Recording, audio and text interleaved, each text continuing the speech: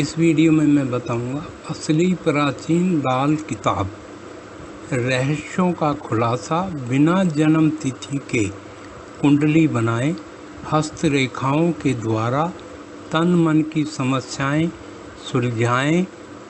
सुलझाने के सरल उपाय।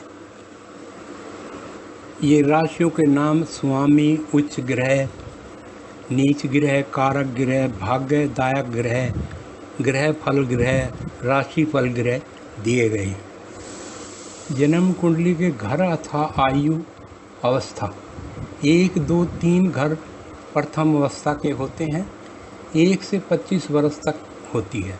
4, 5, 6 घर द्वितीय अवस्था के होते हैं, 26 से 50 वर्ष तक की होती है।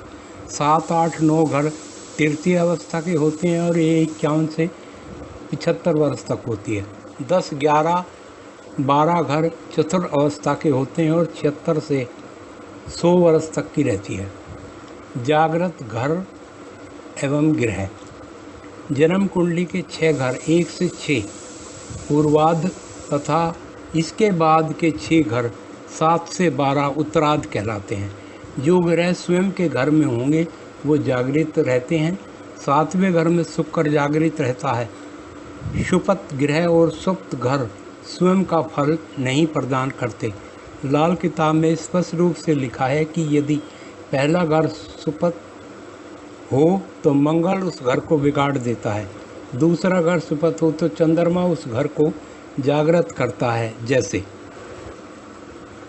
जागृत करने वाले ग्रह घर ये 1 से 12 घर तक दिए हुए हैं और जागृत करने वाले ग्रह हैं जैसे पहले ग्रह में मंगल, दूसरे में चंद्रमा, तीसरे में बुध, चौथे में चंद्रमा, 5वें में सूर्य, 6ठे में राहु, 7वें शुक्र, 8वें चंद्रमा, 9वें में शनि, 10वें शनि, 11वें बृहस्पति और 12वें में केतु। ये घर जागृत करने वाले ग्रह दिए हुए हैं, घर 1, 2 से 12 तक, और जागृत करने वाले ग्रह जैसे पहला मंगल है और 12वां केतु है। सुपथ ग्रह स्वयं अपने आप किस वर्ष में जागृत होगा इसकी जानकारी निम्न तालिका में दी गई है।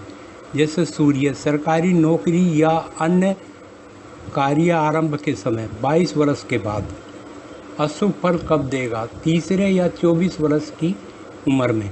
ऐसे ही चंद्रमा विवाह के आरंभ के समय 24 वर्ष के बाद, पहले या 25 वर्ष की उम्र में। ये मंगल स्त्री से संबंधित कार्यों का आरंभ के समय 28 वर्ष के बाद, 5वें या 34 वर्ष की उम्र में। बुध व्यापार के आरंभ में या कन्या बहन के विवाह के समय 34 वर्ष के बाद, दूसरे या 36 वर्ष की उम्र में। बृहस्पति व्यापार नौकरी का आरंभ होने पर 16 वर्ष के बाद, 6ठे या 22 वर्ष की उम्र में। शुक्र विवाह होने पर 25 वर्ष के बाद, तीसरे या 28 वर्ष की उम्र में। शनि मकान संबंधी कार्य आरंभ के समय 38 वर्ष के बाद। राहु ससुराल से संबंधित कार्यों के समय 42 वर्ष के बाद, दूसरे या 48 वर्ष की उम्र में। केतु संतान के जन्म के समय 48 वर्ष के बाद, तीसरे या 51 वर्ष की उम्र में। अगर जन्म कुंडली के 10वें घर में कोई ग्रह ना हो तो दूसरा घर सुपथ होगा। यदि दूसरे घर में कोई ग्रह ना हो तो 9वां 10वां घर सुप्त होगा। ऐसे सुप्त ग्रह अपने आप कब जागते हैं ये बात तालिका में से जानी जा सकती है। सुप्त ग्रह को जागृत करने वाले घर से संबंधित ग्रह का फल पारिवारिक जनों को नहीं भोगना पड़ता। उदाहरण के लिए अगर शुक्र 11वें घर में हो और तीसरा घर खाली हो तो शुक्र सुप्त ग्रह बन जाता है। पत्नी का भाई यानी साला जातक के विवाह के पूर्व भी विवाहित हो या तीसरे घर अपने आप जागृत होता है तो शुक्र द्वारा अशुभ फल नहीं मिलेगा। पूर्वार्ध में कोई ग्रह ना होने पर उत्तरार्ध में ग्रह सुप्त हो जाते हैं। यदि उत्तरार्ध में कोई ग्रह ना हो तो पूर्वार्ध के ग्रह सुप्त बन जाते हैं। खाली घर में पड़ने वाली अन्य ग्रह की दृष्टि का कोई प्रभाव नहीं होता, चाहे जितनी उच्च दृष्टि हो या फिर सुप्त ग्रह के घर निष्फल ही रहेगा।